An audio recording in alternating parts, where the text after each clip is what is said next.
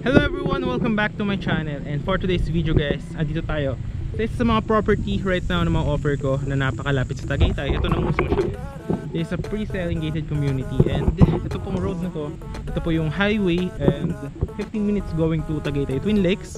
So kung ako sa inyo guys, tapusin yung video na to until the end because magmomotor ako simula sa Twin Lakes up to this property, no? And kapag dinadacho nyo yan guys, around mga 8 minutes, 5 minutes meron ng mga bilihan, mga palengke, papunta ng mga bayan. Then I will also show you guys drone shot of this property, or yung aerial. Nandito siya sa bag ko, so papaliparan din natin siya ng aerial shot na makikita nyo yung ating mountain view, which is sa Mount Talamitan. So napakaganda po dito, sariwa yung hangin. Right now is around 4 PM. So yan, accessible to via car or by motorcycle. Concrete road po lahat. So yan guys, Tagaytay Twin Lakes, and this one going to pwede mga Batangas, Pico de Oro, yan, Naik. Ito palengke, mga clinic, mga palengke, bilihan, yan, nandito lang. Mga 8 minutes, 5 minutes dyan, 10 minutes bayan na yun, Magallanes. May mga clinic, mga school, yan, mga kung ano mga kailangan nyo for your daily needs. But kung gusto mo pumunta na Tagaytay is diretso lang po dyan. Dito naman tayo sa property. So yeah, this will be actually the entrance or the guardhouse. So paliparan natin siya ng drone shot that you will see here on 5, 4, 3, 2, 1. Here's the drone shot.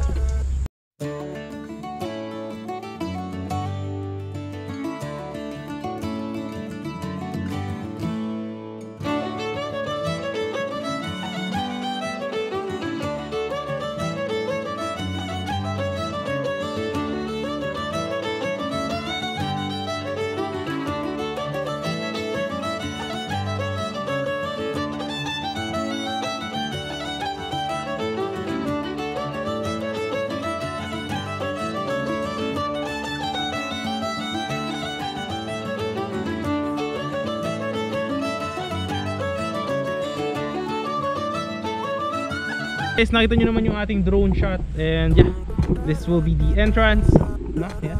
And then nakita nyo naman yung lawak ng property, tsaka yung mountain view, yan na mismo yung Mount Talamitan. Kitang kita naman siya sa drone. And then yeah, actually dito may available na isang lot. Ituturo ko yung mga available lots. This will be the main road, yan. Isa semento po yan. Then there will be lines for electricity and water kapag turn over sa inyo. And then yun, meron siyang lines for yung dito drainage, para po talagang hindi magkakaroon ng any pagbabaha or flood occurrence. Actually dito mataas naman yung location nito kasi ang Magallanes guys is mataas siya, halos same na mga silang, so hindi po binabaha dito. And then yun dito guys, yan, may available doon isang lot, tuturo ko sa inyo. So yeah, ito yung magiging concrete road. So from this one, ito yung palatandaan, from this one, ito yung stick up to here, up to this one. So yan yung magiging concrete road with drainage. Ayan. Alright. Tapos yan, mga dyan yung guardhouse. So dire-diretso dito. So ayusin din yan kasi pre-selling pa nga siya. So ayusin pa yung mga lupa natin, no? So i-level pa yan siya dyan kasi hindi naman yun pwedeng i-turn over sa inyo kung ganyan. Right. So pakita ko muna sa inyo yung isang lot, the remaining dito, 250 square meter, no? So very affordable guys. Then kapag full constructed na po ito, any house design, no required design po tayo. Alright, so tara. And guys, makita nyo to, ito diba yung road from the entrance. So ito yung magiging concrete road from here up to this one, and up to this one. Ayan. Tapos ito, i-ano rin yan guys, i-level kasi masyado siyang mataas. So kapag tinayo ng concrete road dito, syempre i-level din yan. So yung isang lot is actually located siya around here guys. Ayan. Dito. So kita nyo ba yung entrance? So around here guys, may isang 250 square meter dito. Right? Tapos yan, i-level din yan dyan. Dito ay sold na yung isa. So magkakaroon dyan sa dulo na perimeter fence. Ang height is around 2 meters. So, dito po, diretso po yan dyan. Tapos yan, pakita ko sa inyo yung doon, yung mga overlooking naman ng mga property. So tara, tingin tayo dun sa may ibang lots available. So tara, let's go.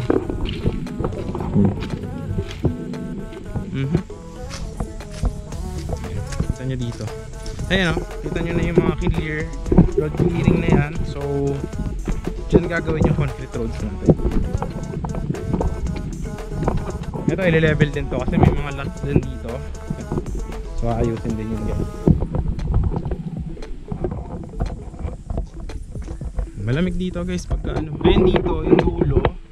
Yun dyan, gagawin naman dyan is perimeter fence dyan. Dire-diretso po yan. Alright. Alright, ito tayo.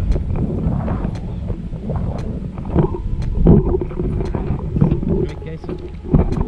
Yung meron din dito magkakaroon is parks and playground. Yan, para amenities siya itong ating property. Malamig yung simoy ng hangin dito guys. Ito yung magiging concrete road. Here. So, medyo kalapad. Kasi nabili ng client ko yung dyan sa may dulo. Ito guys, nakita nyo ang taas niya, diba? So, ile-level pa ito. Ayusin pa yung lupa. Tignan nyo naman. So, hindi siya pwede maging concrete road na gagawin dito if hindi yan naayusin. So, ayusin po yung mga lots dyan. Okay? Tsaka dito, yan. Actually, may mga available pa rito eh. Dito. Kabila na. Ay! Wala na pala rito. Sold out na pala rito guys. So, turo sa inyo yung mga available.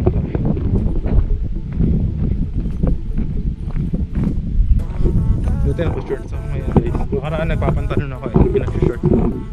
Ito, magiging concrete road din to guys. Ayan. Okay. May available dyan ng mga lot. Dito. Sa gitna. Tsaka dito. Meron din ibang available. Kaso, konti na lang dito. Okay. So, yan. Yun yung entrance. Diretso dyan. Yan. Up to here yung concrete road. Yan. I-level pa yan ha. So, yan. Ito yung clearing. Yan yung magiging cemented road. Tapos, meron din tayong mga overlooking ng mga lots. Alright. So, tara. Kita nyo naman guys yung nature vibes. Yan. Tingnan nyo naman. Ganyan yung magiging view if you will get a lot here. Yung mga dream investment or dream lot. Yung dito nabili na ng client ko yung dito eh. Wala na. Hindi na siya available. So alright, let's go. Oops, ingat-ingat lang. So yan siya guys. Dito may available din dito. Yan. I-level din yan guys. So tatabunan din yan kapag kinonstruct na siya. Alright. Yun dito wala na. Yun dito sa dulo nyan guys, perimeter fence na yan. Alright. Ayusin din yun. Tapos dito magturo din tayo ng iba pang available lots.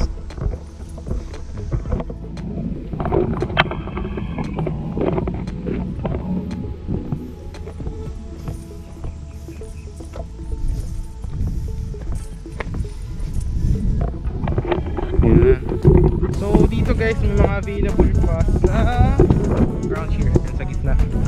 May available dyan. Tsaka dito yes, may mga available din dito. Ingat-ingat lang. Medyo madulas.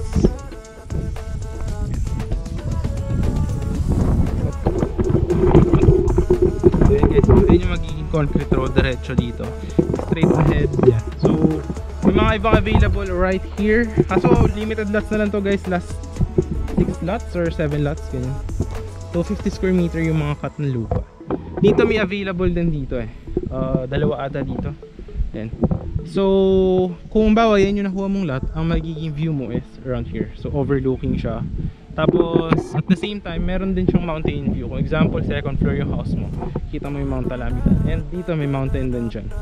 Hindi pa lang kasi makakita rito dahil nga on process pa rin. Under development pa rin. So tara, tayo guys.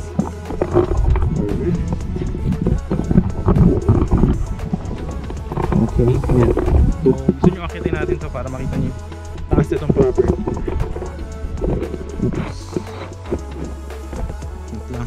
So dito guys, yan, yun yung gagawin na concrete road. Siyempre, ayusin din to, ile-level pa itong mga lupa na to. Right?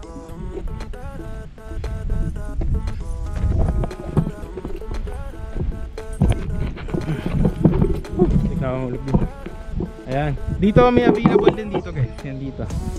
Available din dyan. Tsaka dito may available dito isa. Ayan, dito. Available dito 3. Ay, May available dito 3, tapos doon 2 yung tinuro ko kanina. Tapos dito meron din 2, tapos yung isa kanina doon sa may harap. Ayan. So nakita nyo naman yung drone shot nito, ganun kalapad yung property. Ayan.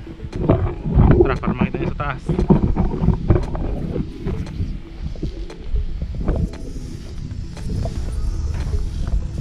Ayan, hanggang dyan yung property natin. Ayan. Dyan, ganda ito. Ayan. Yun doon nabili na yung mga salt na yan dyan. Yung may available pa is around here. So yun, yung nakita nyo yung mga lupa na i-level pa yan. Kasi ang taas niyan masyado, kita nyo naman. So ibabagsak yan para maging level siya. Tsaka para pag tinayuan ng concrete road is maganda yung hulma ng ating property. Tapos nalagyan nyo ng mga drainage, underwater drainage, concrete road, pathway yan. Tapos kapag ka-turn over, there will be mga muhon, ganyan. So kompleto na siya with lines for electricity and water. So ayan, kita nyo naman, diba? Ayan.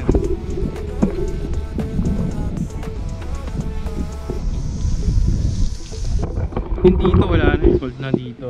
Yun nandun, may mga available. Yung mga tinuro ko kanina. Ayan. So yun na actually yung total nung laki ng property natin.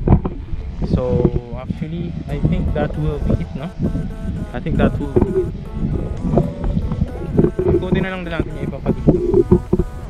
Ganda ng property. Ayun yung mountain view. Yan. So maraming mountain, Mount Calamitan guys. Kita nyo naman, maganda yung vibes dito. Kita nyo naman yung nature vibes. Yan. Ewan ko kita sa camera, pero yun yung magiging nature vibes. Para siyang good, actually perfect siya for parang retirement investment na property. Yan bang parang weekend getaway lot. And maganda dito kasi papakita ko sa may huli ng video is yung accessibility niya na ginagawa from the East West Road, na hindi ka nadadaan ng Tagaytay if you want to go to this property. So I will be showing it on the end, no? So yun lang guys, kung nagustuhan nyo nating video, huwag nyo naman kalimutan hit thumbs up. Syempre share nyo rin to other people na naghahanap. Plus 6 lots or 7 lots na lang po ito to 50 square meters, so to valid IDs requirement. Tapos yun, pre-selling discount po siya. Any house design upon full construction. So yun lang guys, maraming salamat sa panonood. Hope you are having a great day. Ingat po kayo lagi. And yun, message me lang on may mga inquiry kayo sa Viber or WhatsApp ko. Nandiyan naman yung number. Tapos yun, ito na po yung video ng pakita ko siguro muna yung simula sa Twin Lakes going here. Then after that I will be showing naman yung from the bayan, yung bayan ng Magallanes, ng mga may bilihan doon up to this one. So around ano lang yun, mga 5 to 10 minutes, 8 minutes nga lang mga ganyan. So yun lang. Ayun na po, ilalagay ko na po dito yung video. Bye bye. Diretsuhin lang po natin yan dyan, and then pakanan doon sa Magallanes po. 10 to 15 minutes, actually 10 minutes lang, no, galing dito. If motor, if kotse naman, exactly 15 minutes galing dito mismo sa Tagaytay Twin Lake.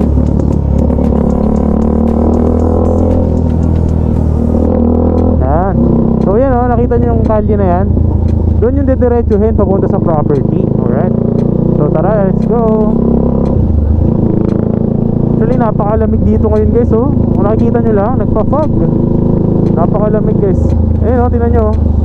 Doon sa property na sinasabi ko, ganito din guys, ang lamig. At mataas siya, mataas. Ngayon, kung makikita nyo, lamig. Buti naka-jacket ako. Ayan. So ayan guys, dito. Ayan, kakanan tayo dito. Tapos dire-diretso lang yun guys.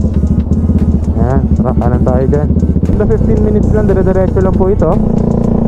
Alright, yun naman yung ano rito, yung vibes, tignan nyo, Tagaytay talaga. Actually giniginawa ko ngayon guys, lamig. Hi guys, so dito guys, dire-diretso na to papunta na sa property. Yan. So ito guys, dire-diretso na yung papuntang property. About 5 to 10 minutes, 5 to 8 minutes guys. Yan. So ito guys, yung dire-diretso na yan, mga ano yan, papunta na yun sa property sa natin na along the highway. Tapos mga 5 to 8 minutes lang. But if you are from Manila or from expressway, no, meron to galing ng Calax, itong butas na to. Imbis na dadaan ka ng mga Tagaytay, pwedeng dito ka na dumiretso. Ayan din, ayos yun guys, diretso yan papunta dun sa Calax, no. Ayan. So yan, pag natapos na yung construction yan, dire-diretso ka na sa property mo. sa farm mo. Lapit na tayo sa property. Ayun, ganda oh, diba? Tapos 10 to 15 minutes lang from from Tagaytay Twin Lakes.